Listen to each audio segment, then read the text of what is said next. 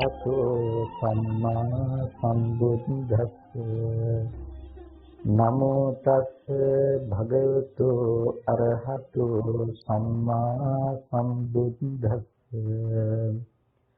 නමෝ තස්ස භගවතු අරහතු සම්මා සම්බුද්දස්ස ශ්‍රද්ධා සම්පන්න කාරුණික පින්නතුනි හැම කෙනෙක්ම උතුම් සද්ධර්ම ශ්‍රවණය සඳහා සූදානම් වන මොහොත බුදුරජාණන් වහන්සේගේ ධර්මය කියලා කියන්නේ අපි කාගෙත් සිත් සතන් නිවා ගන්නට තියෙන සංසාර දුකින් එතර වන්නට තියෙන ඒකායන මාර්ගය. යම් කිසි කෙනෙක් ඒ ධර්ම මාර්ගය තුල සුප්‍රතිපන්නව ගමන් කරනවා නම් ඒ හැම කෙනෙකුටම තම තමන් තුළ මේ ධර්මය ප්‍රත්‍යක්ෂ කරන්නට පුළුවන්කම තියෙනවා. ඒ තම තමන් තුළම ප්‍රත්‍යක්ෂ කිරීම තුළින් සියලු දුක්ඛයන් කෙලවර කරලා උතුම් වූ නිවීමට පත්වන්නට පුළුවන්කම තියෙනවා. ඒ නිවීම ලබා ගන්නට පුළුවන්කම තියෙන්නේ මරණින් මත්තේ ලැබෙන දෙයක් විදිහට නෙමෙයි ජීවත් වෙනකොටම අපි ලබා ගන්න දෙයක් විදිහට. ඒ ලබා ගන්න උත්තරීතර නිවීම ධර්ම මාර්ගයක් තුල ගමන් කරන කෙනෙකුට තමන් ඒ ප්‍රතිපදාවෙහි සිත වඩන, දියුණු කරන, පිහිටවන පමණට අත්විඳින්නට පුළුවන්කම තියෙනවා. අෂ්ටලෝක ධර්මයන්ගෙන් හිත කම්පාවන්ට පත් කරගන්නේ නැතුව ඒ සෑම තැනකම උපේක්ෂා සහිතව නිවුණු පුද්ගලයෙක් බවට පත්වන්නට පුළුවන්කම තියෙනවා මේ ධර්ම මාර්ගය තුළ තමන්ගේ ජීවිතය හික්මවා ගන්නවා නම්. එනිසා අප කතා කරන මේ විවිධ දහම් පරයයන් ඔස්සේ ඔබ මනස අරගෙන ගිහිල්ලා ඒ ජීවිතයට නිවීම සහ පැනසීම උරුම වන මාර්ගය පිළිබඳව ටිකක් සොයා බැලිය යුතු වෙනවා. ලෝක ජීවත් වෙන අය හැටියට කවුරුත් එකම ධාතුවක ජීවත් වෙන අය.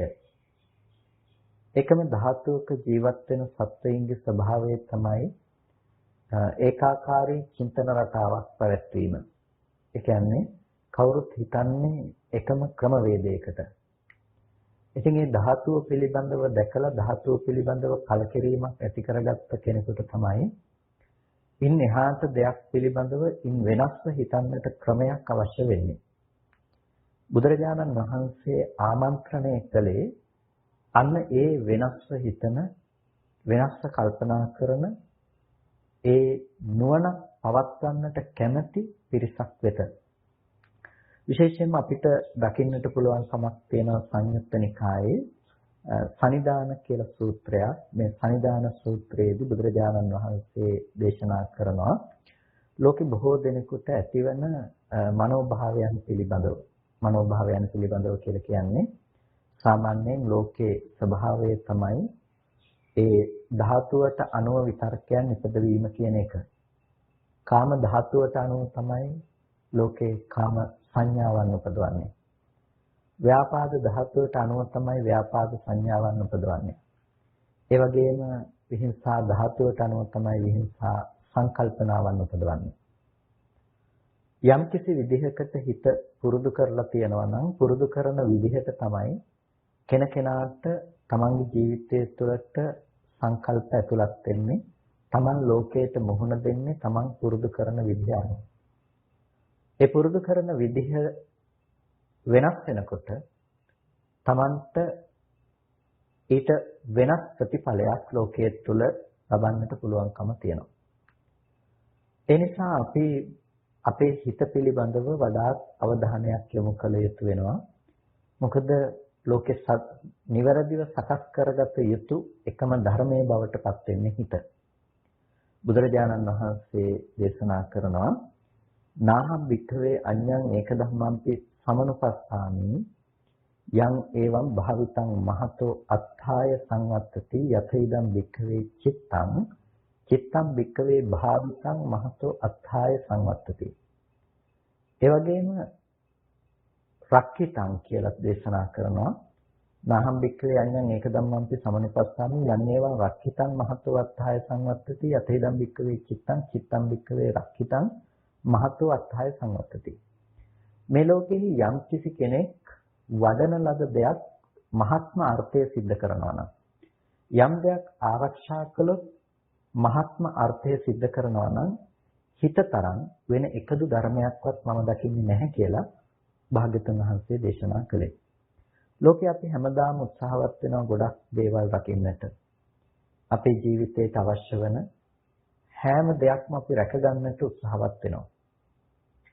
හැබැයි රැකිය යුතු සිත හැරුණකොට ලෝකේ බොහෝ දෙනෙක් අනෙක් හැම දෙයක්ම රකින්න උත්සාහවත් වෙනවා.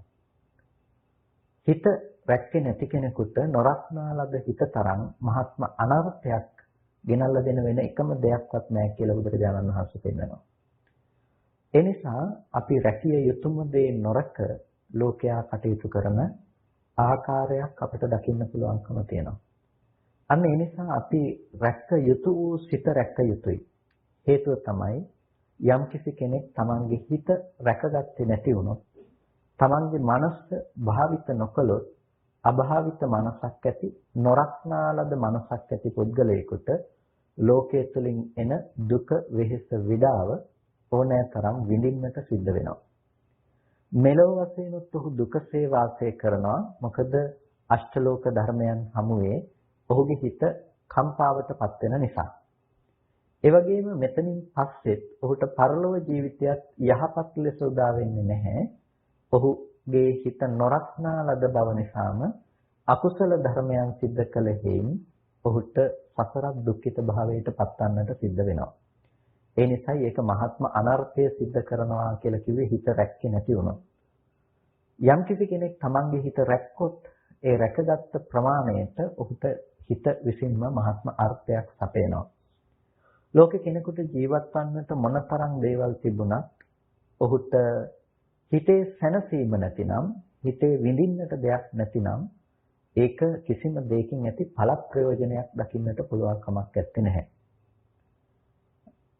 තමන්ගේ ජීවිතයේ සැනසීම නිවීම හොයාගන්නට පුළුවන්කම තියෙන්නේ හිත සකස් කර ගැනීම තුළ. අර පුංචි කතාවක් තියෙන්නේ ධර්මාශෝක රජුරුවන්ගේ සහෝදරයා දවසක් අහනවලු ධර්මාශෝක රජුරුවන්ගෙන් ඔබ මේ භික්ෂූන්ට ඇයි මෙච්චර ගරු කරන්නේ? මේ ඉස්ස මුඩු කරගත්ත චීවරයක් දරාගත්ත කෙනෙකුට එපමණකටම ගරු කළ යුතුද කියලා. මේ වෙලාවේදී රජුරෝ කිසිවක්ම ප්‍රකාශ කරන්නේ නැතුව තමන්ගේ සහෝදරයාට දවස් 7කට රජකම පවරා දෙනවා. දවස් 7කට රජකම පවරා දීලා කියනවා ඔබ මේ දවස් 7 සියලුම ආකාරයෙන් සියලුම දේවල් භුක්ති විඳින්න, සියලු සම්පත්තීන් භුක්ති විඳින්න. හැබැයි දවස් 7කට පස්සේ මම අනිවාර්යයෙන්ම ඔබව මරණයටපත් කරනවා. ඔබව ඝාතනය කරනවා දවස් 7කට පස්සේ. මේ විදිහට කියලා සියලුම සැප සම්පත් පවරා දෙනවා තමන්ගේ සහෝදරයාට. ඉතින් දවස් 7ක් ක්‍රමානුකූලව ගෙවිලා යනවා. දවස් 7කට පස්සේ රජුරෝ තමන්ගේ සහෝදරයා තමන් ඉදිරියට ගෙන්නලා ඔහුගෙන් ප්‍රශ්න කරනවා ඔබ මේ දවස් 7 සුවසේ වාසය කළාද? සැපෙන් ජීවත් වුණාද? සතුටින් ජීවත් වුණාද? ඔබට හැම දෙයක්ම ලබා ගන්නට අවකාශය සලසලා දීලා තිබුණා කියලා. මේ වෙලාවේදී මේ සහෝදරයා දෙන පිළිතුර තමයි මම කොහොම සතුටු වෙන්නද? මම කොහොම තෘප්තියකටපත් වෙන්නද දවස් 7කින් පස්සේ එළඹෙන මගේ මරණය ගැන හිතලා.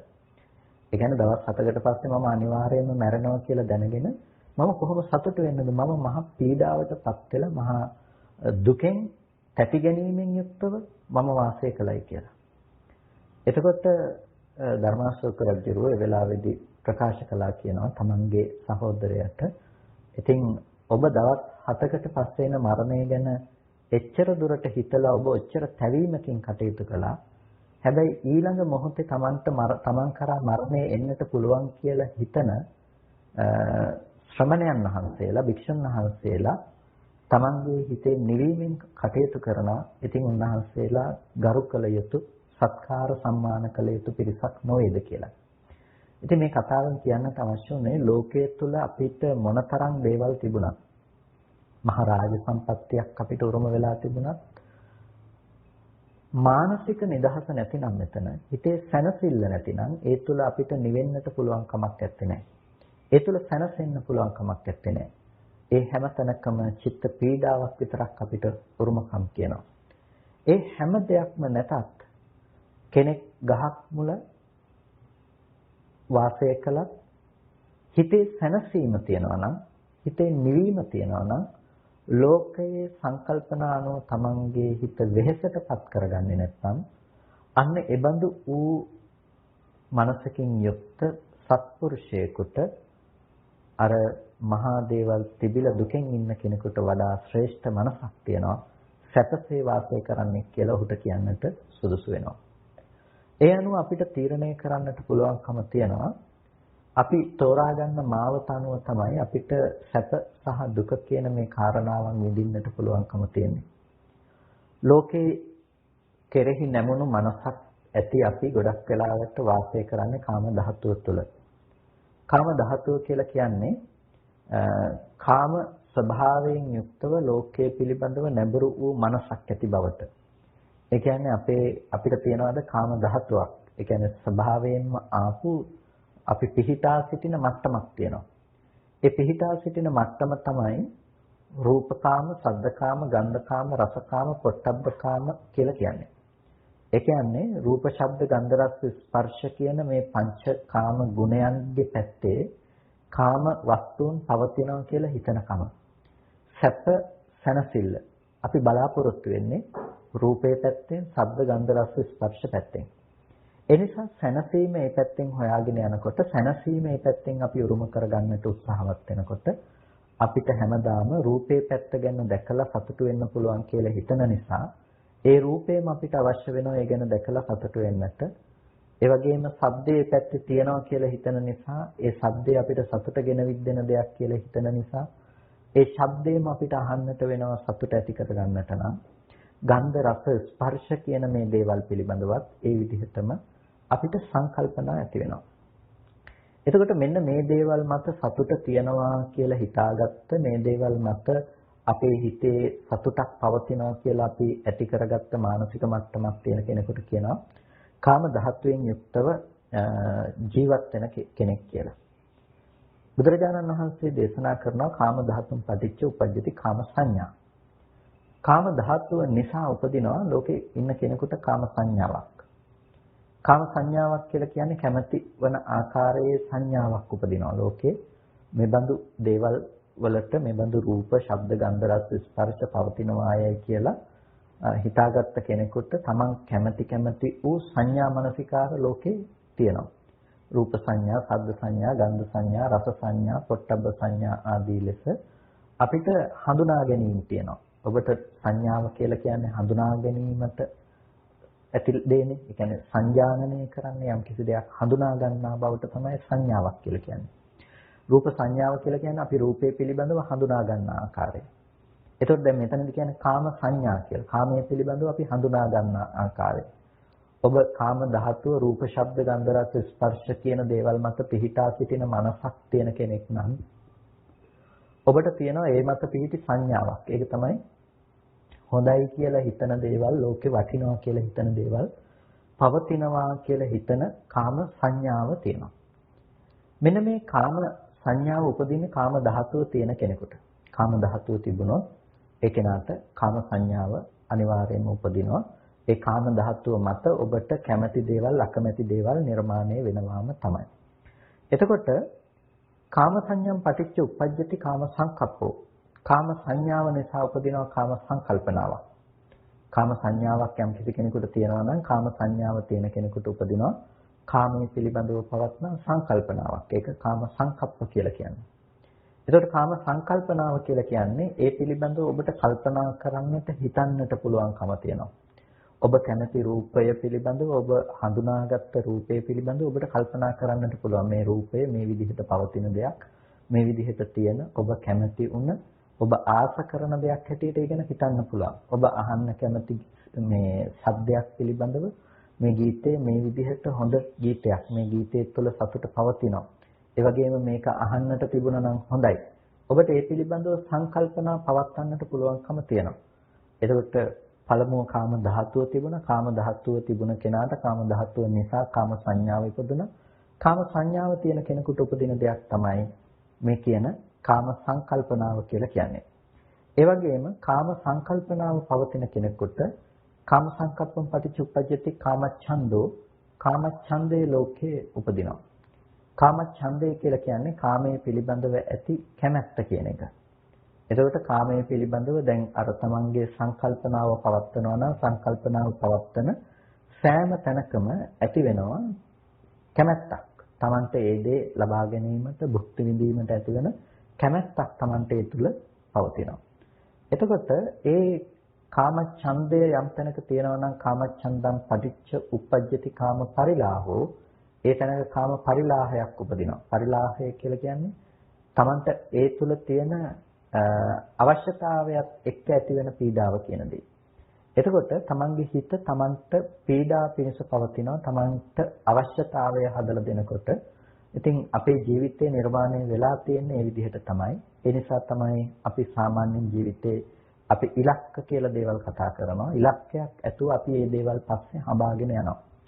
එතකොට ඒ තමයි අපි සැපය කියලා හිතාගත්ත දෙයක් මට මෙතන මේ ටික සපුරා ගත්තා නම් මට සතුට ලැබෙනවා කියලා හිතාගෙන අන්නේ ඉලක්කයේ පසුපස අපි පන්නගෙන යනවා. ඒ කාම සංකල්පනාව යම් තැනක තිබුණාම එතන අපිට ඡන්දයක් ඇති වෙනවා කාම ඡන්දේ. කාම ඡන්දේ තිබුණාම අපිට එතන කාම පරිලාහය ඇති වෙනවා. ඒ කියන්නේ හොයාගෙන යනකොට අපිට ඒ දේ ලැබුණොත් අපිට එතන සතුට වෙනවා, නොලැබුණොත් අපිට ඒක පීඩාව පිණිස පවතිනවා. ලබා ගන්නකම් අපිට ඒ පිළිබඳව පීඩා පිණිස පවතිනවා. එතකොට ලබා ගැනීම නැති වෙයිද කියලා අපිට ඒ තුල බයක් උපදිනවා. මේ විදිහට අපි ලෝකයේ අරමුණු ඉලක්ක ලෝකයේ තුල පිහිටවගෙන තියෙන සෑම දෙයක් තුළම මේ පරිලාහය කියන ලක්ෂණය අපිට දකින්න පුළුවන්කම තියෙනවා. එතකොට යම් කිසි කෙනෙකුට මෙන්න මේ විදිහට කාම පරිලාහය පවතිනවා නම් මේ කාම පරිලාහයේ තියෙන කෙනාට කාම පරිේෂණය තියෙනවා. පරිේෂණය කියලා කියන්නේ ඔහු නොනවත්වා ඒ දේ ලබා ගැනීම සඳහා ඒ දේවල් හොයාගෙන නැවත නැවතත් ලෝකයට ප්‍රවේශ වීම කියන දේ. එතකොට අපි කියනවා යම් කිසි විදිහකින් ඒ අපි තබාගත්ත අපි කැමති ලෝකයේ තුල බලාපොරොත්තු වන අරමුණු ඉලක්ක කියලා අපි තියාගෙන තියෙන දේවල් ඒ දේවල් සපුරා ගැනීම සඳහා අපේ ක්‍රියාත්මක වීමක් තියෙනවා. අපි ඒ දේවල් සොයාගෙන යන ක්‍රම තියෙනවා. ඒ විදිහට ඒ දේවල් නොලැබෙනකොට අපි පීඩාවටපත් වෙනවා. නැවත නැවතත් ඒ දේවල් අපි සොයාගෙන යනවා. මෙන්න මේ විදිහට කාම පරිේෂණයක් අපිට දකින්න පුළුවන්කම තියෙනවා.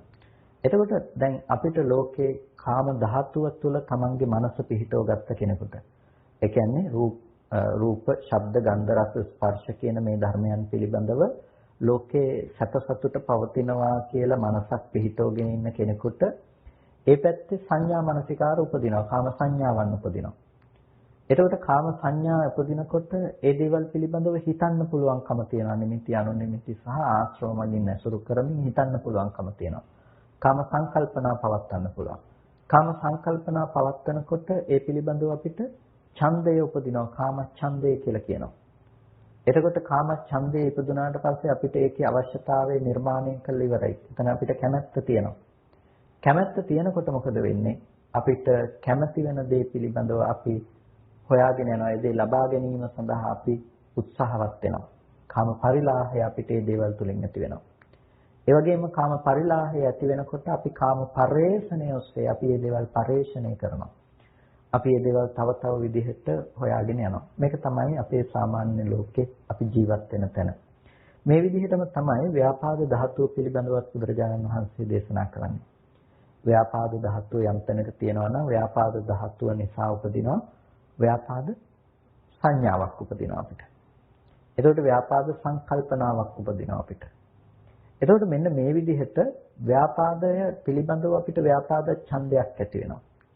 ව්‍යාපාදයේ පිළිබඳව අපි ඒ අරමුණ පිළිබඳව තවදුරටත් තරහ පවත්වන්නට කැමති මේ කෙනෙකුගේ හිතක සාමාන්‍යයෙන් පවතින සංකල්ප පිළිබඳවයි බුදුරජාණන් වහන්සේ මේ දේශනා කරන්නේ. එතකොට ඇලීම පිළිබඳව අපි කතා කළේ, දැන් ගැටීම පිළිබඳව කතා කළා. එතකොට රූපේ පැත්තේ ඔහුට ව්‍යාපාද ධාතුවක් තියෙනවා. ගැටෙන්න අවශ්‍ය පරිසරය සකස් කරගන්න පුළුවන්. රූප, ශබ්ද, ගන්ධ, රස, ස්පර්ශ අරබය තමයි. එතකොට අන්නේ ව්‍යාපාද ධාතුව තියෙනකොට ඒ ලෝකයේ ඇතුලේ එයාට සංඥා හම්බ වෙනවා. ගැටිය යුතු සංඥා හම්බ වෙනවා. තරහ ගන්න අවශ්‍ය දේවල් කියලා කියන්නේ. මෙන්න මෙතන මට මේ තරහ යනවා කියලා කියන අරමුණු අපිට හම්බ වෙනවා. ව්‍යාපාද සංඥා. එතකොට ව්‍යාපාද සංඥා උපදිනකොට යම් තැනක ඒ ව්‍යාපාද සංඥා ඉපදවීම හේතු කරගෙන එයාට එතන තවදුරටත් සංකල්ප වශයෙන් පවත්වන්න පුළුවන්කම තියෙනවා. අපි රළු මට්ටමින්ම කතා කළොත් අපි පුද්ගලයෙක් පිළිබඳව ගැටීම් සහිත මනසෙන් කල්පනා කරනකොට අපි ඊට පස්සේ යන ওই මිනිස්සයා ඔහොමම තමයි. ওই මිනිස්සයා මෙහෙම කරන මිනිස්සෙක්. මෙහෙම කිව්වා. එදත් මට ওই වැඩේ ওই විදිහටම කළා. අපිට ඒ ගැන හිතන්න පුළුවන් ලොකු අතසරියක් තියෙනවා. දැන් හිත ඒ පැත්තටම නැඹුරු වෙනවා.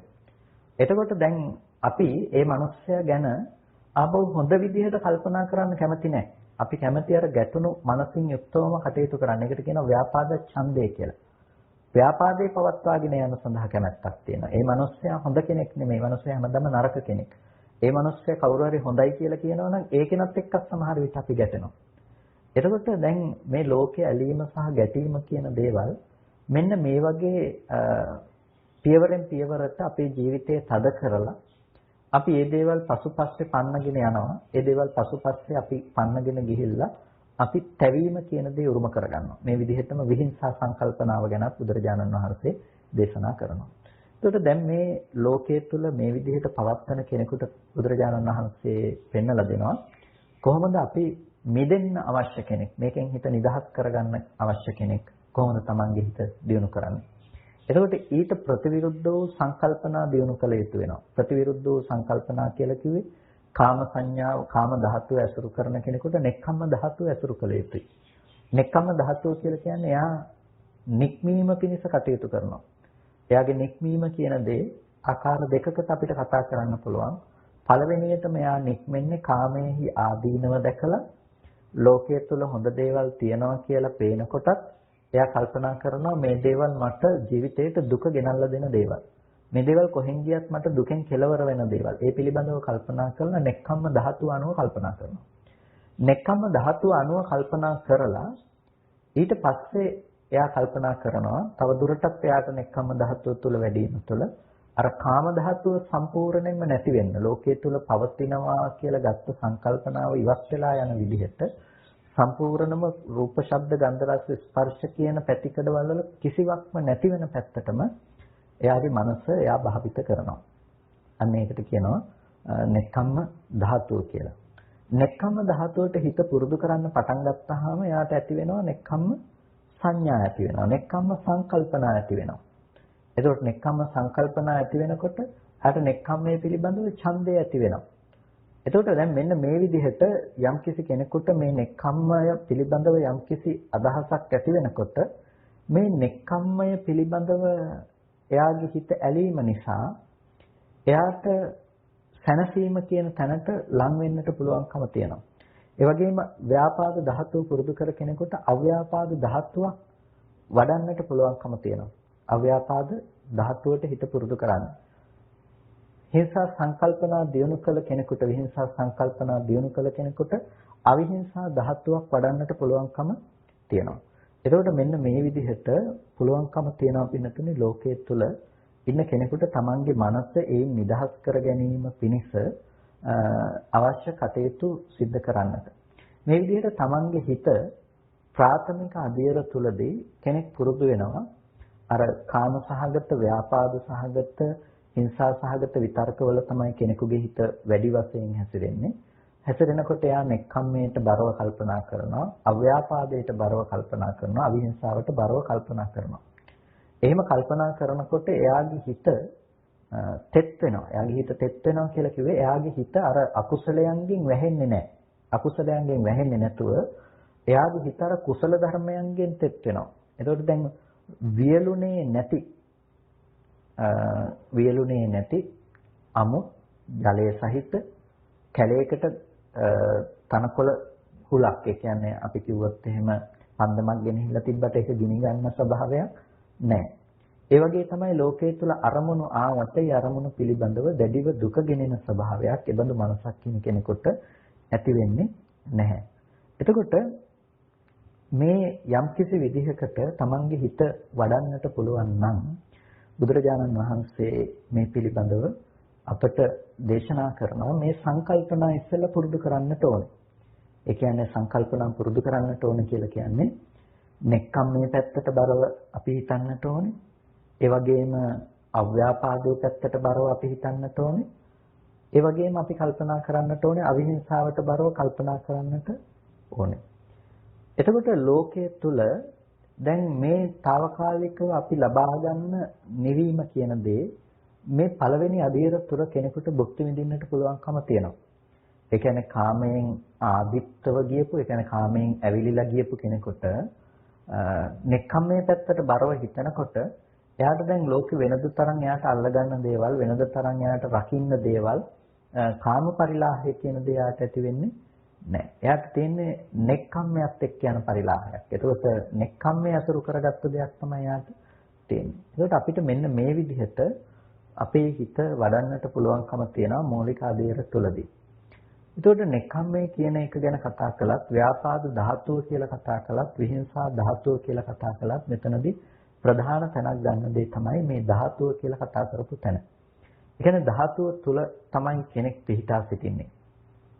ඒ ධාතුව තුල තමයි කෙනෙකුගේ වර්ධනය සිද්ධ වෙන්නේ. කාම ධාතුව කියලා කියන්නේ කාම ධාතුව තුල තමයි කෙනෙකුගේ ඒබඳු වූ සංකල්පනා සංඥා මානසිකාර පවතින්නේ. ඒ නිසා අපි කාම ධාතුව කියන දේ තුල පිහිටා සිටින මට්ටම අපි ඉවත් කරන්නට ඕනේ. ඒ නිසා ඒක ඉවත් කරන එක කරන්නට නම් අපිට සාමාන්‍යයෙන් අපි නෙක්ඛම්ම ධාතුව කියන එක පිළිබඳව අපි කොටස් දෙකක් කියලා කිව්වේ නිසා තමයි අර විදිහට නෙක්ඛම්මේ පැත්තට බරව කල්පනා කරනවා කියනකොට අපිට සාමාන්‍යයෙන් කාමයේ ආදීනව දකින්නවා කියන දෙයට වඩා එහාට ගිහිල්ලා අපිට ඒ පිළිබඳව බොහොම ගැඹුරු සම්මර්ෂණයක නිරත වෙන්නට වෙනවා. මේ පිළිබඳව අපි මේ හොයලා බලනකොට අපි විමසා බලනකොට අපිට මනාව අපේ හිත මෙහෙවිය යුතු පැතිකඩ පිළිබඳව අපිට ගෙනල්ලා දෙන සූත්‍ර දේශනාවක් තමයි සංයුත්ත නිකායේ දකින්නට ලැබෙන උපය සූත්‍රය කියලා කියන්නේ. උපය සූත්‍රයේ තුලදී බුදුරජාණන් වහන්සේ දේශනා කරනවා උපයෝ භික්ඛවේ අවිමුක්තෝ අනුපයෝ විමුක්තෝ. මේ උපය පුද්ගලයා විමුක්ත පුද්ගලයෙක්, අනුපය පුද්ගලයා අවිමුක්ත පුද්ගලයෙක් හැටියට. එතකොට මේ උපය පුද්ගලයා අවිමුක්තයි කියලා කියන්නේ උපය පුද්ගලයා විමුක්තියටපත් වෙලා නැහැ. ඒ වගේම අනුපයෝ විමුක්තෝ, අනුපය පුද්ගලයා විමුක්තියටපත් වන පුද්ගලයෙක්. එතකොට මේක දේශනා කරන්නේ මොකද්ද මේ උපය කියලා කියන්නේ? තෘෂ්ණා දෘෂ්ටි මාන සංඛ්‍යාත මේ ධර්මයන්ගෙන් යම්කිසි කෙනෙක් යුක්ත නම් ඒ තෘෂ්ණා මාන දෘෂ්ටි සංඛ්‍යාත මේ ධර්මයන්ගෙන් යුක්ත පුද්ගලයාට කියනවා උපය පුද්ගලයා කියලා. ඒ කියන්නේ උපය උපාදාන චේතසා කියලා කියන්නේ. එතකොට උපය කියලා කියන දේ සිතෙහි ඇතිවන සංකිලේශී බවක්. හිතේ ඇතිවන කිලුටු කරන ස්වභාවයක් තමයි උපය කියලා කියන්නේ. ඒ නිසා තමයි උපයෝ අවිමුක්තෝ කියලා කිව්වේ. උපේ පුද්ගලයා අවිමුක්ත පුද්ගලයෙක්. එතකොට අනුපයෝ විමුක්තෝ කියලා කිව්වේ අනුපය පුද්ගලයා උපය සංඛ්‍යාත දේවල් නැති කෙනා විමුක්ත පුද්ගලයෙක්. එතකොට උපය කියලා කියන්නේ යුක්ත වූ කුමකින් යුක්ත වූද තෘෂ්ණා දෘෂ්ටි මාන සංඛ්‍යාත මේ කෙලෙසුන්ගෙන් යුක්ත වූ පුද්ගලයාට තමයි උපය පුද්ගලයා කියලා කියන්නේ. එතකොට කොහොමද රූප උපයන් උපය භාවයටපත් වෙන්නේ කොහොමද? උපය වෙන්නේ මොන ධර්මද කියලා අපි හොයලා බලනකොට රූපය උපේ කොට පවතින පුද්ගලයෙක් ඉන්නවා. එතකොට මේ රූපය උපේ කොට යම්කිසි කෙනෙක් පවතිනවා නම් බුදුරජාණන් වහන්සේ දේශනා කරන්නේ විඥානං තිට්ඨමානං තිට්ඨේය රූපාරම්මණං රූපප්පතිත්තං නන්දූපසේවනං වොද්දෙන් විරෝධින් වේපුල්ලං ආපජ්ජේය.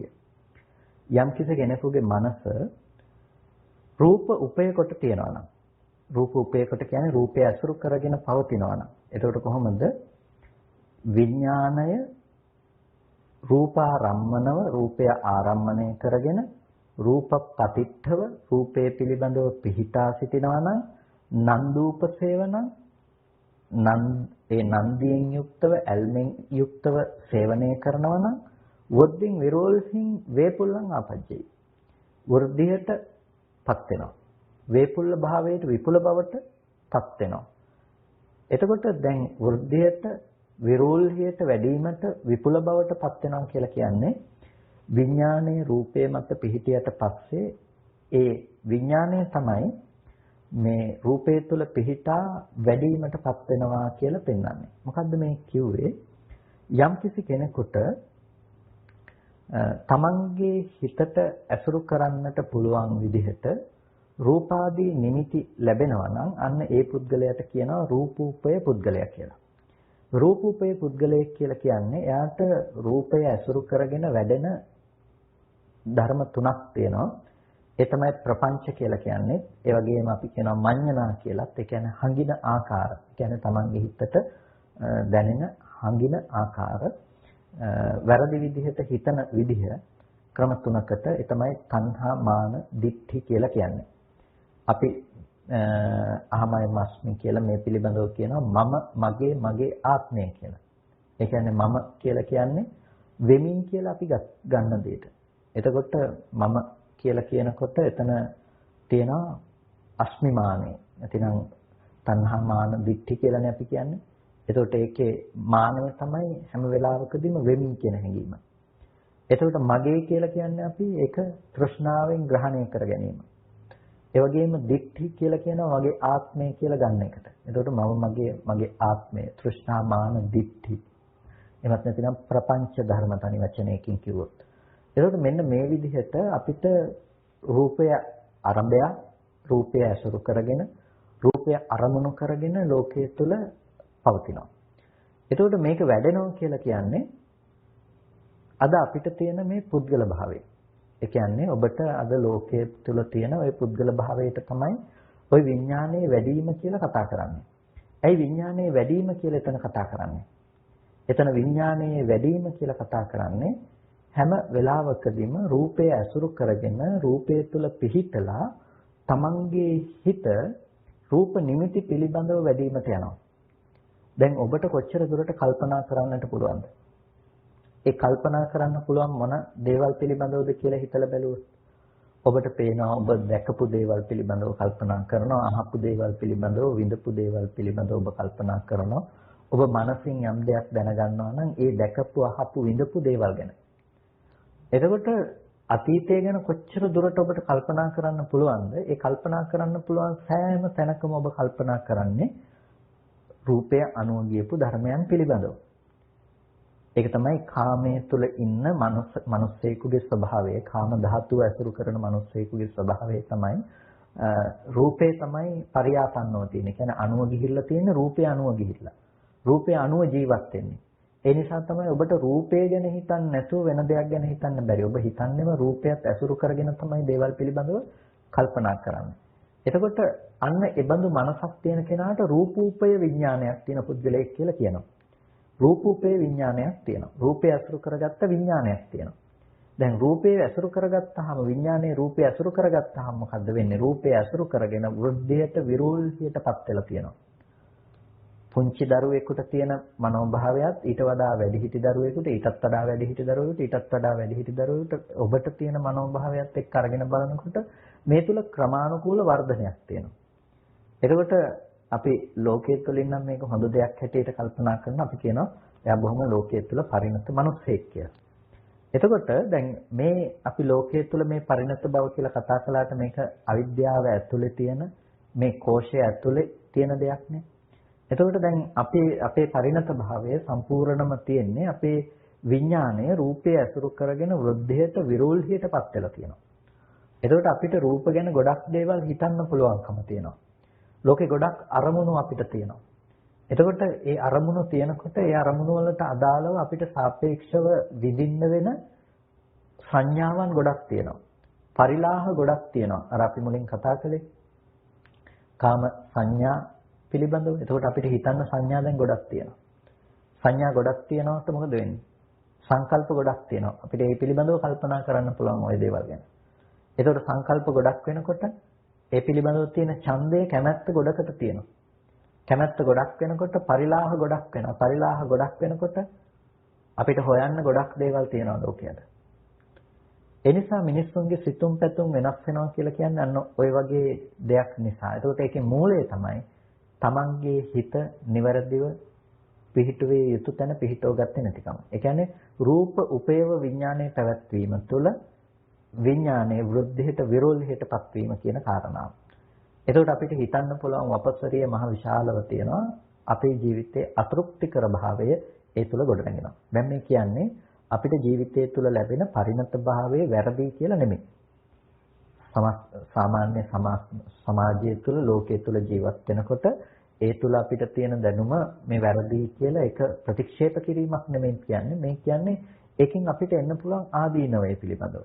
ඒ නිසා ඒ දේ ඉවත් කිරීම නෙමෙයි කළ යුත්තේ, අපි දැනගෙන මිදීමක් කළ යුතු වෙන්නේ. එතකොට දැන් අපිට මෙන්න මෙතනදී රූප උපයව විඥානය පවතිනවා. ඊට පස්සේ බුදුරජාණන් වහන්සේ දේශනා කරනවා වේදනා උපයව විඥානය පවතිනවා. සංඥා සංකාර විඥාන උපයව විඥානය පවතිනවා. ඒ කියන්නේ අපිට ලෝකේ සැප දුක් උපේක්ෂා වශයෙන් දේවල් කල්පනා කරන්න පුළුවන්කම තියෙනවා. සතුට ගේන දේවල්, දුක ගේන දේවල්, උපේක්ෂාව ගේන දේවල් අපිට ලෝකෙ තුල තියෙනවා කියලා හිතන්න පුළුවන්කම තියෙනවා. අන්න වේදනා උපේව විඥානයේ පිහිටලා තියෙනවා. සංඥාවන් තියෙනවා. ගත්ත නිමිති විදිහට අපි ගත්ත සංඥාවන් අනුව අපිට මෙනෙහි කරන්න පුළුවන්කම තියෙනවා. සංයෝපේව තියෙනවා. ඊට පස්සේ සංස්කාරයට අනුව ගිහිල්ලා සංඛාරූපේව විඥානයේ තියෙනවා. ඒ වගේම දැන ගැනීමට අනුව ගිහිල්ලා විඥානය පිහිටනවා. එතකොට ඒකට කියනවා සංඛාරූපේව විඥානයේ තියෙනවා කියලා. දැන් පින්නතුනේ මෙන්න මේ විදිහට යම්කිසි කෙනෙකුට තමන්ගේ ජීවිතය මේ විඥාණයෙන් ඇසුරු කරන්නට තැන් ටිකක් අපි හදලා තිබ්බහම ඒක ඇසුරු කරගෙන විඥානයේ පවතින තැනට අරගන්න පුළුවන්. ඒක ඇසුරු කරගෙන ඒක වෘද්ධියට වැඩිවීමටපත් වෙනවා. ඒක තමයි හිතේ තියෙන ස්වභාවය. එතකොට බුදුරජාණන් වහන්සේ දේශනා කරනවා යෝගිකවේ ඒවං වදෙය්‍ය.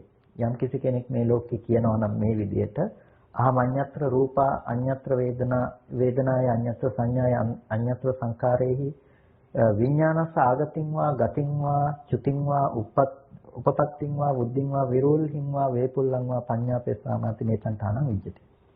මේ ලෝකේ යම් කිසි කෙනෙක් කියනවා නම් රූපා අහමඤ්ඤත්‍ර රූපා මම රූපය අතහැරලා වේදනාව සංඥා සංස්කාර විඥානයන් අතහැරලා මේ විඥානේ වෙන දෙයක් ඇසුරු කරගෙනයි තියෙන්නේ කියලා යම් කිසි කෙනෙක් කියනවා නම් වෙන දෙයක් ඇසුරු කරගෙන වැඩිවීමට යනවා කියලා කියනවා නම් නේතන් තහනම් විජ්ජති ඒ දේ කවදාවත් වෙන්නේ නැහැ. විඥානේ ඇසුරු කරන්නේ මේ ධර්මතා ටික තමයි.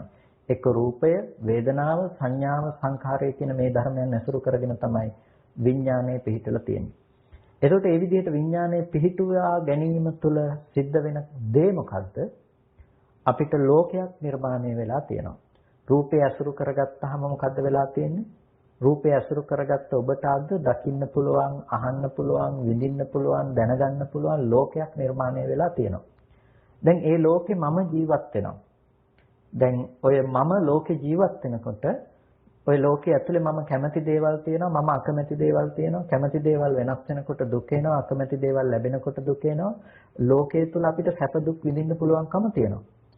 ඒ වගේම ලෝකෙ තුල තියෙන දෙයක් අපිට හොඳ හෝ නරක විදිහට කල්පනා කරලා ඊට අනුරූපව අපිට උත්පත්තිය පිණිස යන්න පුළුවන් කමක් තියෙනවා. ප්‍රතිසන්දිය පිණිස යනවා කියලා අපි කියනවා. එතකොට ඕක තමයි ලෝකේ පැවැත්ම. එතකොට ඔය ලෝකේ ওই විදිහට පවතින දෙයට අනුරූපව අපිට හිතලා ඊට අනුරූපව විඥානයේ පිහිටවල යන්න පුළුවන් වෙනකොට ඔය රූපේ පැත්තේ හීන ධාතුවේ විඥානයේ පිහිටුවාම හීන ධාතුවේ ප්‍රතිසන්දිය සිද්ධ වෙනවා. හීන ධාතුවේ විඥානයේ පිහිටියොත් හීන ධාතුවේ ප්‍රතිසන්දිය සිද්ධ වෙනවා. ඒ කියන්නේ අකුසල නිස්සිත විදිහට ඔය රූපාදී ධර්මයන් පිළිබඳව හිත පිහිටුවාම ඒකට කියනවා හීන ධාතු කියලා. ඒ හීන ධාතුවේ හිත පිහිටියාම මොකද වෙන්නේ? ඊට අනුරූප ප්‍රතිසන්දිය සිද්ධ වෙනවා. ඊට පස්සේ සතර අපායේ උපදින්න සිද්ධ වෙනවා.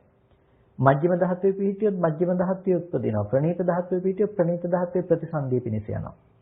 දැන් මේ විදිහට අපි ලෝකයේ අසුරු කරනකොට ඒ ලෝකයේ අසුරු කරන පුද්ගලයා නිර්මාණය වෙනකොට ඒ පුද්ගලයාට විඳින්න පුළුවන් විදිහේ දුක ලෝකෙ තුල ඕනෑතරම් නිර්මාණය වෙනවා. දැන් පින්නතුනේ මේක හරිම භයානක තත්ත්වයක්. එතකොට අපි හරියටම තේරුම් ගන්නට ඕනේ මේ තැනක අපිට පවතින මේ ලක්ෂණය අපි නැති කරන්න නම් අපි තේරුම් ගන්නට ඕනේ මොකද්ද මෙතන සිද්ධ වෙලා තියෙන්නේ කියන එක හරියටම. ඒ කියන්නේ අපිට ලෝකෙ තුල හම්බ වෙන ලෝකෙත් වැරදි, ලෝකයේ විඳින පුද්ගල භාවයත් වැරදි. පුද්ගලයා අල්ලගත්ත දේත් වැරදි. ඒ කියන්නේ බාහිර පවතිනවායයි කියලා ගත්ත ලෝකයක් වැරදි. ඒ ලෝකයේ විඳිනවා කියලා හම්බෙන තමනුත් වැරදි. තමන්ට අයිති දේවල් තියෙනවා කියලා හිතන එකත් වැරදි. කොටිම කියනවා නම් තණ්හාමාන දිට්ඨි කියන මේ ඔක්කොම ටික වැරදි දේවල්. ඒ දේවල් ඇති උනේ නිකන් නෙමෙයිනේ. ඇහැට රූපයක් ගැටුණට පස්සේ ඇහැට ගැටුණු රූපය ඉතුරු නැතුව නැති වෙනවා කියලා නොදන්නාකම නිසා අපේ හිත නැතිනම් විඥාණය රූපය අසුරු කරනවා. ඇස හෝ අසුරු කරනවා. හිත හෝ අසුරු කරනවා. එතකොට මේ දෙයක් අසුරු කරගෙන මේ විඥාණය පවතිනකොට අර දැකපු එකේ නිමිත්ත දැක්කා කියලා දැකීම හටගෙන නිරුද්ධ වෙච්ච දේ නිරුද්ධ වුණ බවට නොදන්නා නිමිත්ත එක්කෝ රූපේ පැත්තෙන් එහෙමත් නැතිනම් ඇහැ පැත්තෙන් එහෙමත් නැතිනම් හිත පැත්තෙන් අපි ඉතුරු කරලා තියෙනවා. අන්න ඒ කෙනාට තමයි රූපූපේ විඥාන වේදනූපේ විඥාන පුද්ගලයෙක් කියලා කියන්නේ. රූපය අසුරු කරගෙන යාගේ හිත පවත්නවා. වේදනා සංඥා සංස්කාරයන් අසුරු කරගෙන යාගේ හිත පවත්නවා. මේ විදිහට එයා තමන්ගේ හිතේ ඒ දේවල් අසුරු කරගෙන පවත්නවා.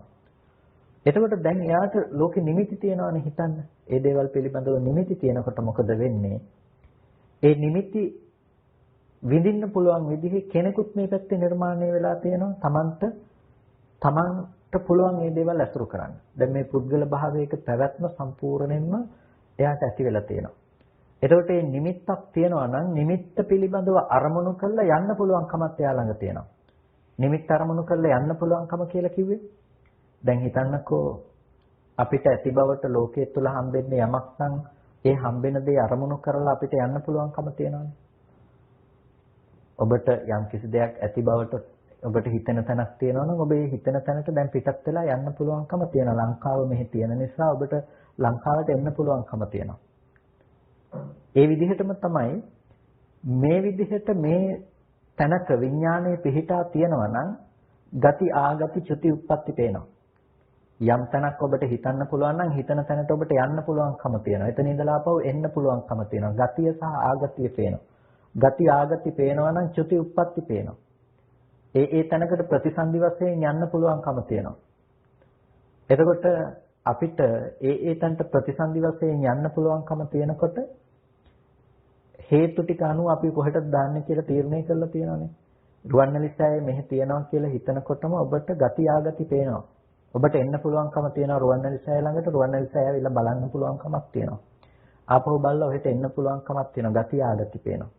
ගති ආගති පේනකොට චුති උප්පත්තිත් තියෙනවා. චුති උප්පත්තිය කියලා කියන්නේ රුවන්වැලිසෑය අරමුණු කරගෙන පවතින වේලාවකදී ඔබ අන්තිම අරමුණක් විදිහට ඔක අරමුණු වුණොත් එහෙම ඔතන අලෝභය සමෝහ තියෙන නිසා රුවන්වැලිසෑය විඳින්න පුළුවන් තැනකට ප්‍රතිසන්දි වශයෙන් ඔබපත් වේ. ඒ ලක්ෂණ යන එක්ක මනුස්ස ලෝකේ මනුස්සයෙක් හැටියට හෝ එහෙම නැතිනම් දිව්‍ය ලෝකේ දෙවියෙක් හැටියට හෝ ප්‍රතිසන්දි වශයෙන් යන්න පුළුවන්කම තියෙනවා. හැබැයි ඔබට අකුසල සහගත අරමුණක් ඔබ ලෝකෙ තුල වැඩිපුර භාවිත කරපු අරමුණක් හම්බුනොත් එහෙම ඒක ඇසුරු කරගෙන ඒක අරමුණු කරගෙන අනිවාර්යයෙන්ම දුගතියකට යන්න සිද්ධ වෙනවා. චුති උප්පත්ති පේනවා. චුති උප්පත්ති පේන්නේ මොකක් තිබුණොත්ද? විඥාණයට අරමුණක් තිබුණොත්. ආරම්මණමේතස්ස විඥානස්ස තිති කියලා කිව්වේ ඒකයි.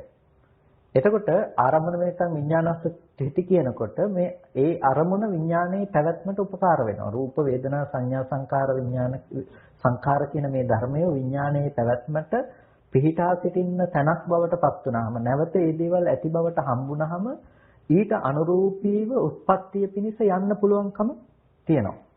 ඒ නිසා අපිට ඒ දෙයට යන්න පුළුවන්කම තියෙනවා කියනකොට එතන තියෙන භයානකම දේ තමයි අපිට ඔතන කුසල හේතුත් යදෙනවා අකුසල හේතුත් යදෙනවා වැඩිපුරම අකුසල හේතු තමයි යදෙන්නේ. ඒකට දුගතියට යන්නේ තියෙන හේතු ටික අපි වැඩිපුර එකතු කරගෙන තියෙනවා. ඒකට මෙන්න මේ විදිහට ජීවත් වෙන කෙනෙකුට යම්කිසි කෙනෙකුට බුදුරජාණන් වහන්සේ දේශනා කරන රූප ධාතුයාච්චේ භික්ඛවේ භික්ඛුනෝ රාගෝ පහිනෝ හෝති රාගස්ස පහනා වච්චිජ්ජතාරම්මනා පතිත්තා විඥානස්ස නොහෝති. එතකොට යම්කිසි කෙනෙකුට මේ රූප ධාතුව පිළිබඳව තමන්ගේ හිත පිහිටවගෙන ඉන්න කෙනෙකුට ඒ කියන්නේ මේ අරමුණ සිඳිලා ගියොත් එහෙම රාගය ප්‍රහීන කිරීම නිසා වොච්චිජ්ජතාරම්මන වුණොත් එහෙම අරමුණ සිඳුනොත් එහෙම මේ රූපේ පිළිබඳව පවත්නා එයාට ඒ කර්ම විඥානයේ පැවැත්මට විදිහක් ඇත්තේ නැහැ. කර්ම විඥානයේ තියෙන්න පුළුවන් කමක් ඇත්තේ නැහැ. එතකොට ඒ කර්ම විඥාණයට ඒ ආරම්මණය පිහිට වෙන්නේ නැහැ. ඒ කර්ම විඥාණයට ඒ ආරම්මණය පිහිට වෙන්නේ නැහැ කියලා කිව්වේ. දැන් අපි යම්කිසි අරමුණක් සිහිපත් කළා තමයි ඒ විඥාණයට පිහිටා සිටින්න තැනක් තිබුණොත් තමයි අපි ඊට අනුරූපව අපිට හිතන්න පුළුවන්කම තිබුණේ. හැබැයි දැන් විඥාණයට ඇසුරු කරන්නට විඥාණයට පවතින්නට තැනක් නැත්තම් ඒ ආරම්මණයේ වොච්චිජ්ජිත භාවය නිසා එතකොට සිද්ධ වෙන්නේ මොකද්ද? අරමුණේ පැවැත්ම පේන්නේ නැහැ. ඒ කියන්නේ මේ අරමුණ ගිහිල්ලා පතිත වෙන්න තැනක් ඇත්තේ නැහැ.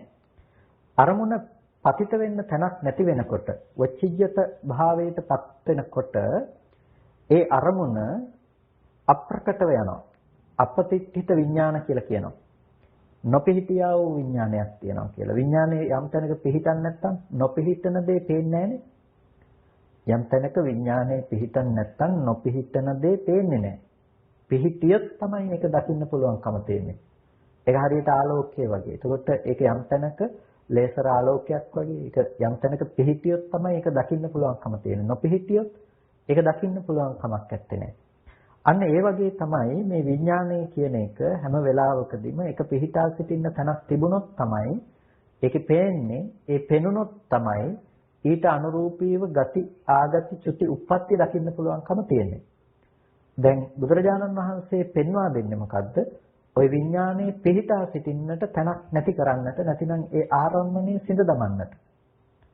දැන් රූපාරම්මනව පිහිටියොත්නේ අපි ওই කතා ටික කතා කළේ. දැන් රූපාරම්මණය සිඳ දමලා තිබුණොත් රූපාරම්මණය නැති කරලා තිබුණොත් අන්න ඒකට කියනවා වච්චිජ්ජතාරම්මන කියලා. වච්චිජ්ජතාරම්මන කියලා කියන්නේ සිඳින ලද ආරම්මණය තිබුණොත් එහෙම.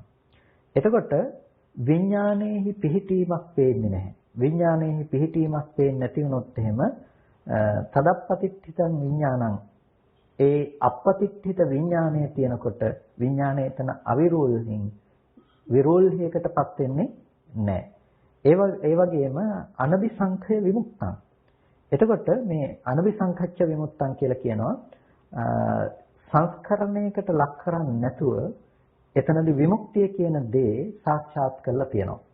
එතකොට විමුක්තත්තා තිතං තිතත්තා සන්තුසිතං සන්තුසිතත්තා නපරිතස්සති අපරිතස්සං පච්චත්තං චේ පරිනිබ්බායති. එතකොට තමා තුළම පිරිනිවෙන්නට පුළුවන් ආකාරය පිළිබඳව බුදුරජාණන් වහන්සේ මේ තුලදී දේශනා කරනවා. කතං කරණීයන් නාපරං ඉත්තත්තායාති කලයුත්ත කළා මත්ෙහි කලයුත්තක් නැහැයි කියලා නුවණක් ඇති වෙන ආකාරයට අපේ මානසිකාරය කොහොමද පවත්වන්නේ කියලා අපට දේශනා කළා. එතකොට දැන් මෙතනදී මේ උපේ සූත්‍රය තුල මට පැහැදිලි කරන්නට අවශ්‍ය වුණ දේ තමයි යම්කිසි කෙනෙකුට තමන්ගේ මනස පැවැත්විය යුතු ක්‍රමය. දැන් කාම ධාතුව පිළිබඳව අපි කතා කළා. කාම ධාතුව තිබුණොත් කාම සංඥා උපදිනවා කියලා කිව්වා. කාම සංඥා තිබුණොත් ඒ කෙනාට කාම සංකල්පනා උපදිනවා කියලා කිව්වා. මේ විදිහට මෙයාගේ ලෝකයේ තුල පැවැත්මක් පේනකොට ඒ ධාතුවට අනුරූපීව පැවැත්මවල් හදාගෙන යනකොට එයාට මේ ධාතුව වෙනස් කරන්න වෙනවා. එයා ජීවත් වෙන ධාතුව වෙනස් කරන්නට වෙනවා. එයා ස්වභාවයෙන්ම පය ගහලා ඉන්න තැන වෙනස් කරන්න වෙනවා.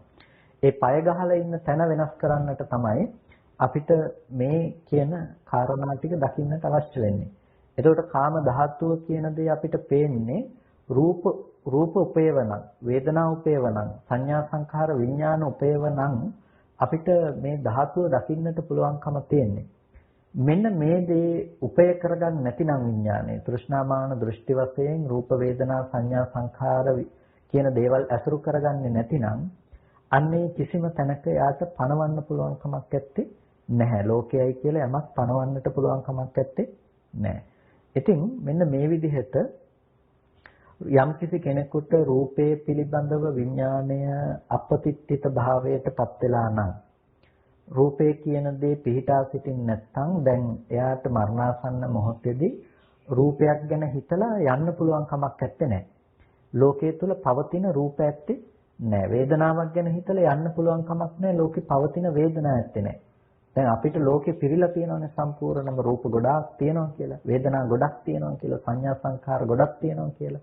එතකොට දැන් මේ කෙනාට මොකද වෙලා තියෙන්නේ? ඒ කෙනාට වෙලා තියෙනවා රූප උපේව නැහැ විඥානේ. ඒ කියන්නේ විඥාණයට අරමුණු කරලා පිහිටන්න රූප ඇත්තේ නැහැ.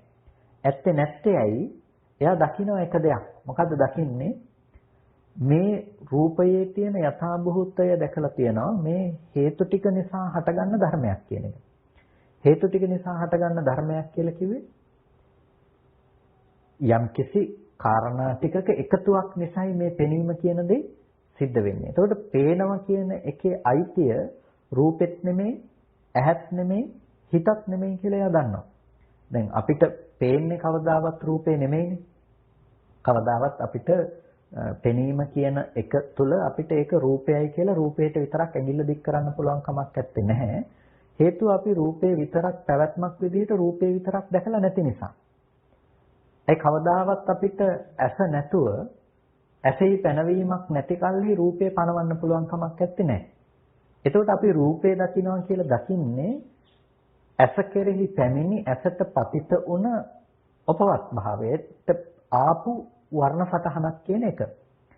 එතකොට ඇහැ පැත්තේ තිබුණ උපවත් බව කෙරෙහි පතිත වුණ වර්ණ සටහන් මාත්‍රයේ විතරයි අපි අද රූපය කියලා දැනගන්නේ.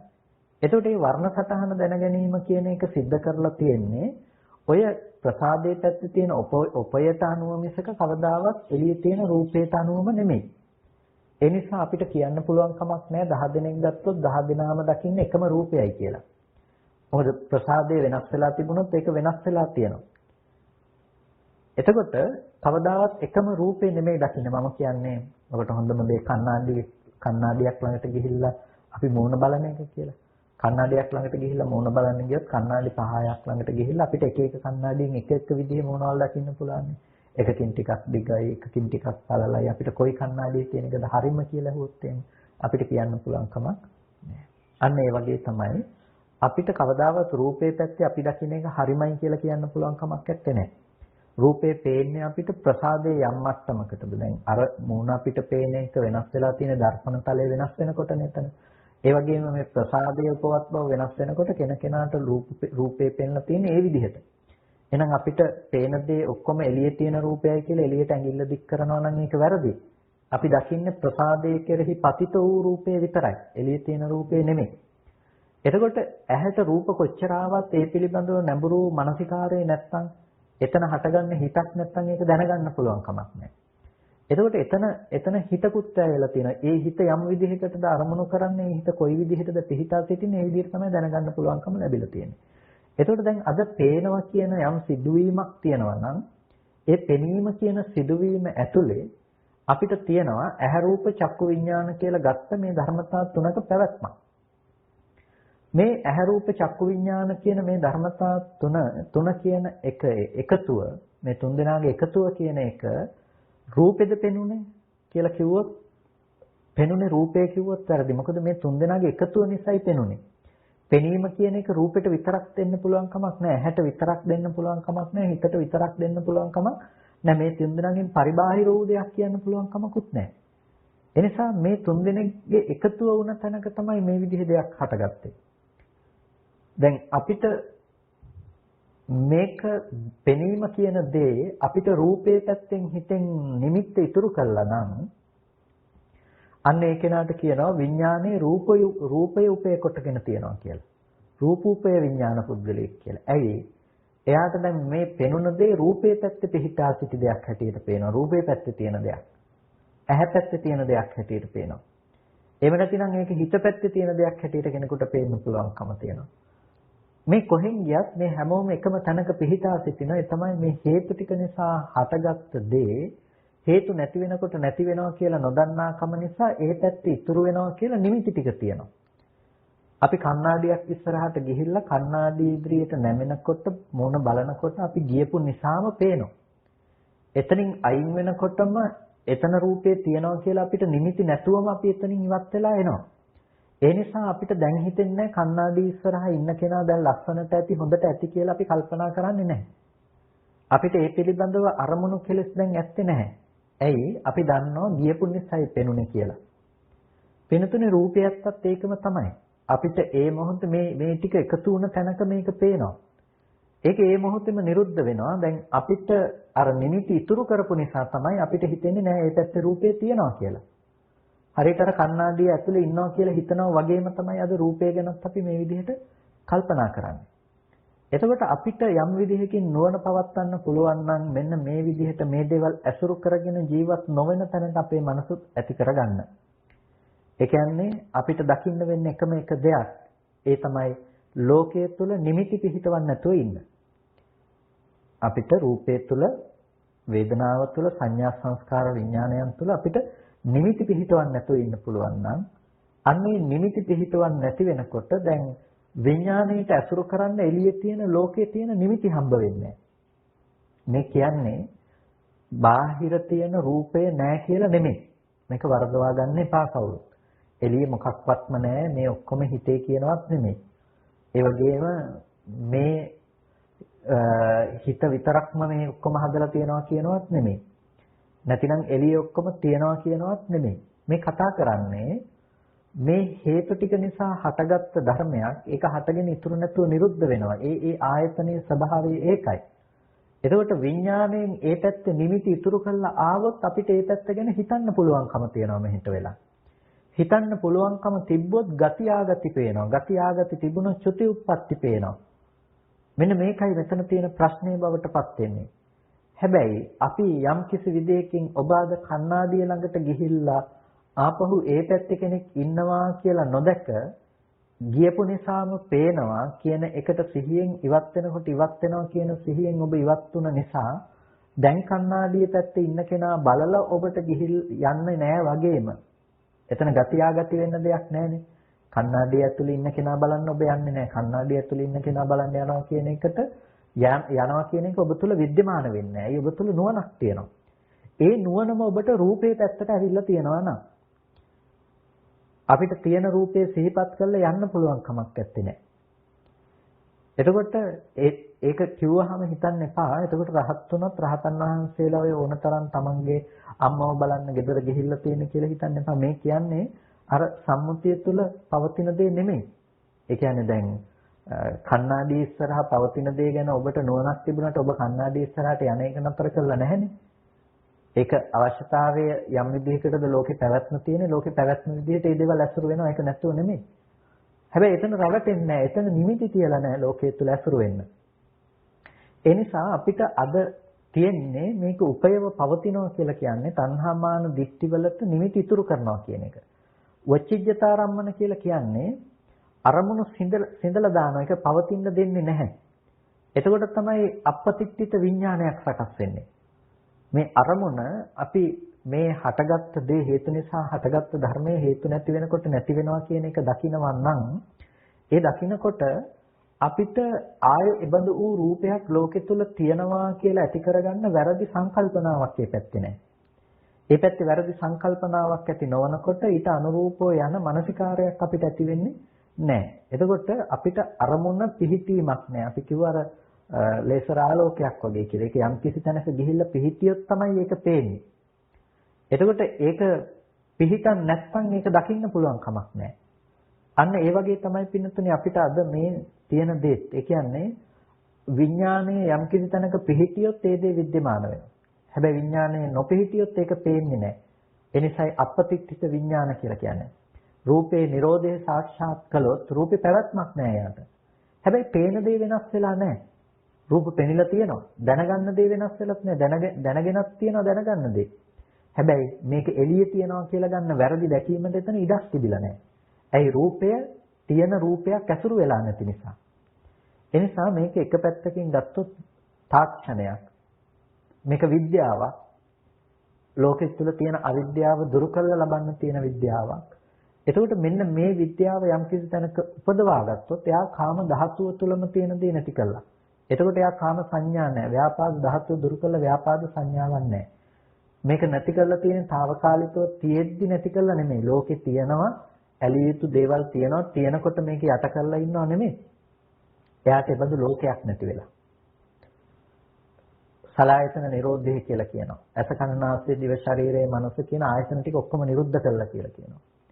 එතකොට දැන් මෙන්න මෙතනට තමයි අපි යා යුතු තැන. අපි ඉලක්කගත කර යුත්තේ මෙන්න මෙතනට යන්න. දැන් ලෝකේ ජීවත් වෙනකොට අපිට පුළුවන් කමක් නැහැ. නිකම්ම එකපාරම ඇතැම් විට කෙනෙකුට මෙතෙන්ට යන්න පුළුවන් කමක් නැහැ. ඒ නිසා අපේ මනස අපිට ක්‍රමානුකූලව වර්ධනය කරගන්න වෙනවා එතෙන්ට යන්න. අනුක්‍රමයෙන් අපේ මනස අපිට ටිකෙන් ටික දියුණු කරගන්න වෙනවා. එතෙන්ට අපේ මනස පත් කරගන්නට නම්.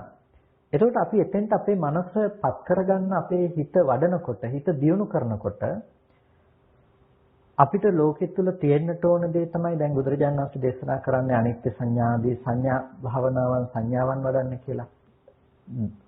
එතකොට අනාත්මයට අනුව බලන්න කියලා කියනවා, දුක අනුව බලන්න කියලා කියනවා. අපි ත්‍රිලක්ෂණ ධර්මයක් ගැන කතා කරනවා.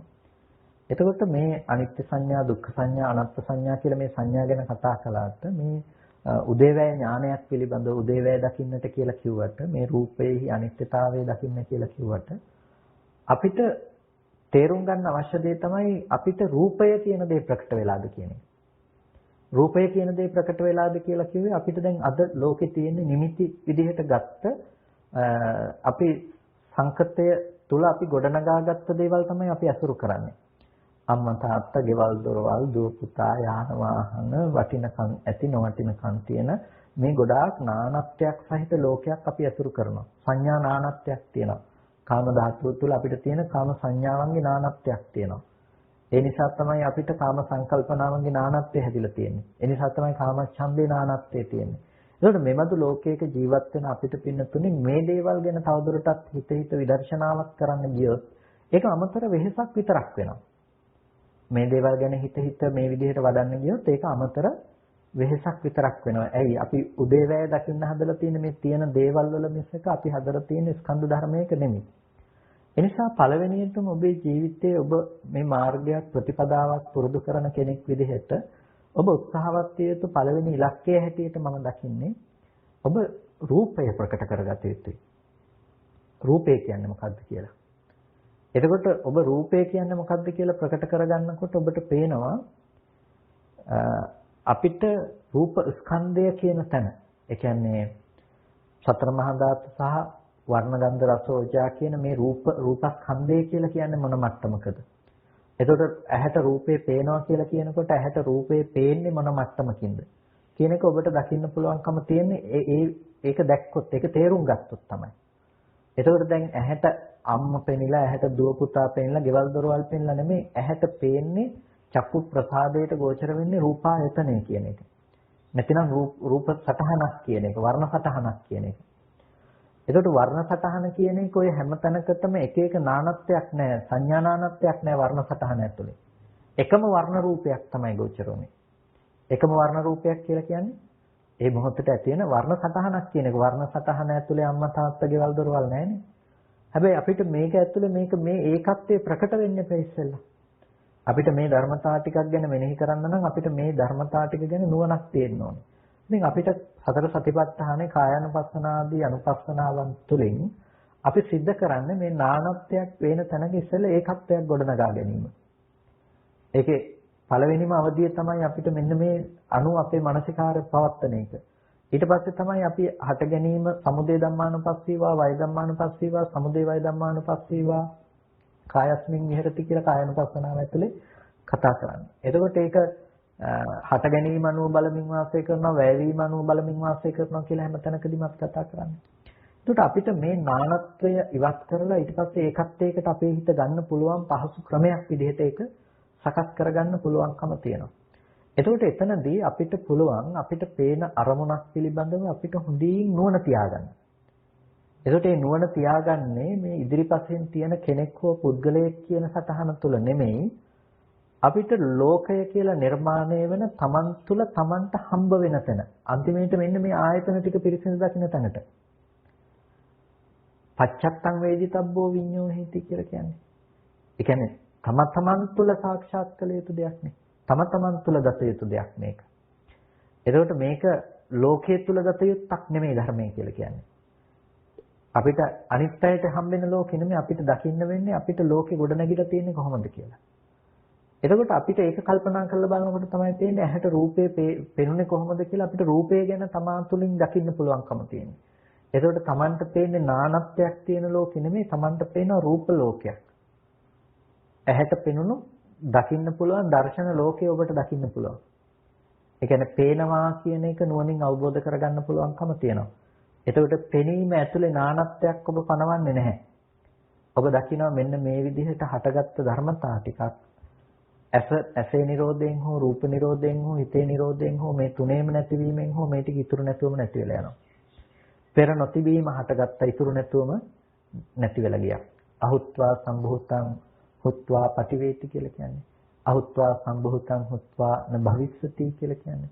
එතකොට මෙන්න මේ විදිහට ඒක නුවණින් සම්මර්ෂණය කරලා බලනකොට පේනවා පෙර නොතිබී හටගත්ත ධර්මය ඉතුරු නැතුව නැති වෙලා ගියා කියලා. එතකොට දැන් අපිට ලෝකෙ තුල නිමිති හම්බ වෙන්නේ නැහැ.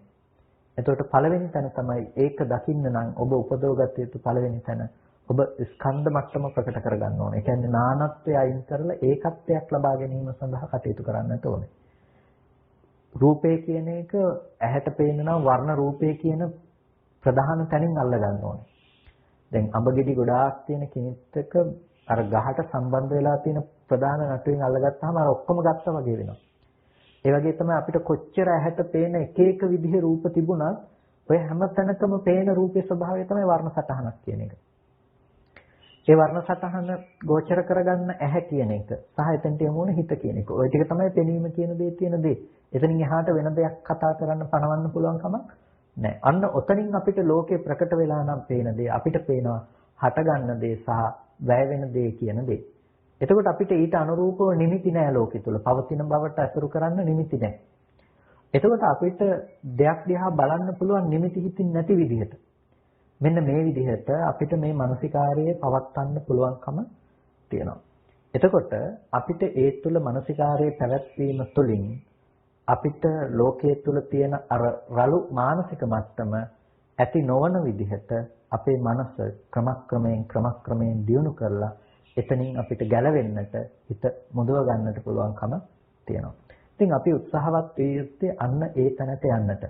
එතකොට හුදෙක් ධාතුව තියෙනකොට අපි මේක යටපත් කරලා තියාගෙන ඉන්නවනේ මේ සියල්ලම හාරලා ඉවත් කරලා දාලා. අපි එක මුලක්වත් තියන්නේ නැතුව සම්පූර්ණයෙන්ම ඉවත් කරලා දාලා. ඒ නිසා ලෝකයේ පිරිසිදු දකින්න තැනට අපි කටයුතු කරන්නට අවශ්‍යයි. ඉතින් මේ කාරණය බුදුරජාණන් වහන්සේ දේශනා කරපු මේ දර්ශනය ඊටාම ගැඹුරු දර්ශනයක්. අපේ ජීවිතය පිළිබඳව අපිට කතා කරලා තියෙන්නේ අපි සාමාන්‍යයෙන් හිතන අපි ප්‍රාර්ථනා කරන අපි දකින සීමාවෙන් ඔබට ගිහිල්ලා ඉතින් ඒ ඔබට ගිහිල්ලා අපිට පෙන්නපු අපිට දේශනා කරපු ඒ දේ අපිට අවබෝධ කරගන්න යනකොට අපිට ටිකක් නුවණින් කල්පනා කරන්න වෙනවා. ප්‍රඥාවෙන් මේ පිළිබඳව අපිට තවදුරටත් නැඹුරු වෙලා කල්පනා කරන්නට හිතන්නට වෙනවා. ඒක අපි දන්න සීමාවෙන් දකින සීමාවෙන් ඔබේ තියෙන දෙයක් නිසා අපිට ටිකක් වෙහෙස වෙන්නට වෙනවා.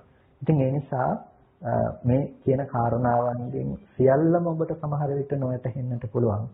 නමුත් ඔබ අද ඉඳලා පටන් ගත්තොත් ඔබ අද ඉඳලා ආරම්භ කළොත් ඔබට මේක තේරුම් ගන්න බැරි වෙන්නේ නැහැ. තේරුම් ගන්න පුළුවන්කම තියෙනවා. ඒ නිසා ක්‍රමානුකූලව තමන්ගේ මනස අරමුණු වල යථාර්ථය දකින්න පැත්තට තේරුම් ගන්න පැත්තට පිහිටවන්නට උත්සාහවත් වෙන්න. ඊටමත් ඉක්මනින් ඔබට පුළුවන් වෙයි ඔබේ හිතට ඇතිවන ආශ්‍රව සහ කෙලෙස් යටපත් කරලා නිවීම කියන දේ තමන්ගේ ජීවිතයට ලබා ගන්න. හොඳයි කල්පනා කරගන්න හැම කෙනෙක්ම සද්ධර්ම ශ්‍රවණය කරන්න තියදුනා යෝනිසෝ මනසිකාරාධ්‍ය පවත්වන්න තියදුනා. ඉතින් අද දවසේදී මේ අරමුණු කරගත්ත ඊටාම සත්පුරුෂ අදහසක් ඇතිව ඒ වෛද්‍ය මාලින්ද ශානායක මහත්මයාට විශේෂයෙන් පුණ්‍ය අනුමෝදනා කරන්නට එතුමා බොහොම සත්පුරුෂව තමන්ගේ ජීවිතය ගත කරපු ධර්මානුකූලව තමන්ගේ ජීවිතය අරගෙන ගියපු ඒ වගේම විශේෂයෙන්ම මෙබඳු වූ දහම් පරයයන් පිළිබඳව නිරන්තරයෙන්ම තමන්ගේ මනස මෙහෙයවපු ඒ පිළිබඳව සාකච්ඡා කළ සත්පුරුෂයෙක් හැටියටයි අප එතුමාව හඳුනාගෙන තිබුණේ. ඉතින් මේ වසංගත රෝගී තත්ත්වයට එක්ක එතුමාට ජීවිතය අතහැර යන්නට උනත් එතුමා ධර්මයේ තුලින් තමන්ගේ මනස සෑහෙන දුරකට සකස් කරගෙන හිටපු බව එතුමත් එක්ක කළ සාකච්ඡා වලින් අපට තේරුම් ගන්නට අවබෝධ කරගන්නට ලැබුණා. ඉතින් විශේෂයෙන්ම හැමදෙනෙක්ම එතුමාට පුණ්‍යානුමෝදනා කිරීම සඳහා මේ ඊටාම සත්පුරුෂ ක්‍රියාවක් කතවේදී වූ ක්‍රියාවක් තමයි හැම කෙනෙක්ම මේ විදිහට අද දවසේදී සිද්ධ කරන්නට යෙදුනේ.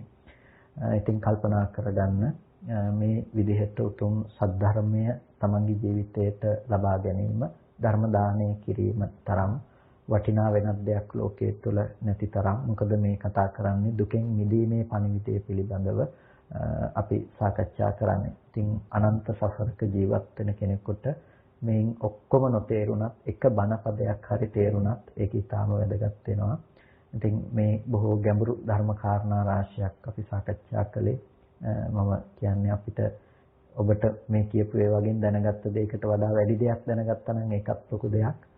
මොකක්වත්ම තේරුනේ නැත්නම් ඒත් ලොකු දෙයක්. මොකද තේරුණ කෙනාට වැඩි අප්‍රමාදී වෙන්නට ඕනේ මොකක්වත්ම නොතේරුණ කෙනයි කියලා.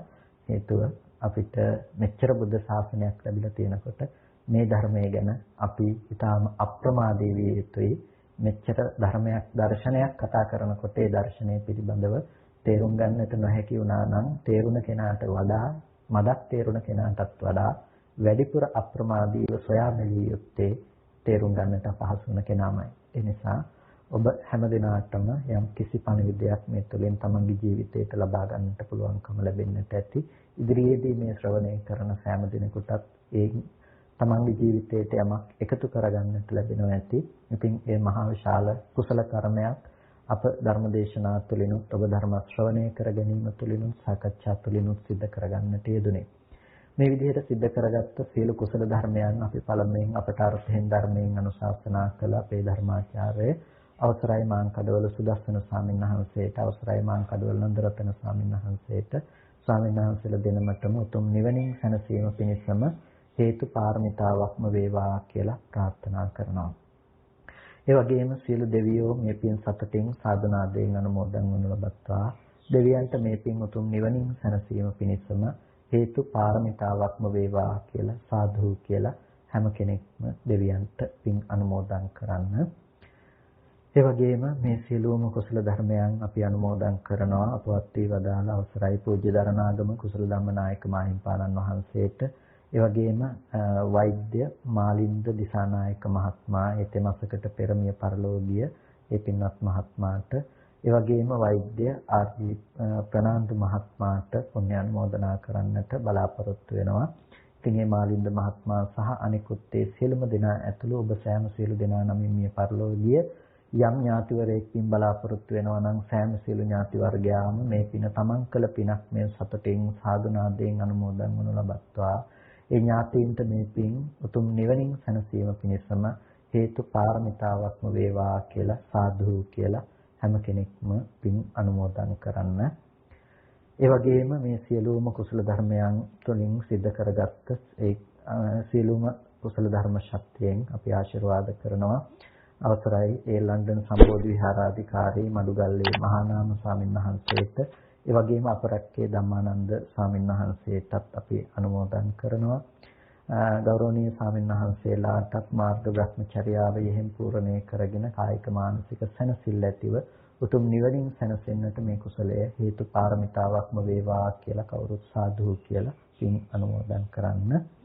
ඒ වගේම අද දවසේදී මේ ධර්ම දේශනාවෙහි ඒ ආරාධනා දායකත්වයේ දරලා කටයුතු කරපු මංගල සිරිවර්ධන මහත්මයා, ඒ වගේම දිනෝත්තා සිරිවර්ධන මහත්මිය ඇතුළු ඒ පින්වත් පිරිසටත්, ඒ වගේම මේ සියලු කටයුතු සංවිධානය කරන්නට සියලුම සත්පුරුෂ භාවයේ කටයුතු කළ දොන් රත්නායක මහත්මයාට, ඒ වගේම මද්රිකා ජයවර්ධන මහත්මිය ඇතුළු ඒ සෑම සියලු දෙනාටම අපි මේ පින් අනුමෝදන් කරනවා. ඔබ සෑම සියලු දෙනාටම මේ උතුම් කුසලය ගෝර කටුක භයංකර දුක් සහිත සසරින් එතරව ලබන අමා මහ නිවනින් සැනසීම පිණිසම හේතු පාරමිතාවක්ම වේවා කියලා සාදු කියලා හැම දිනාම පින් අනුමෝදන් වන්න. හැම දිනාටම තෙරුවන් සරණයි.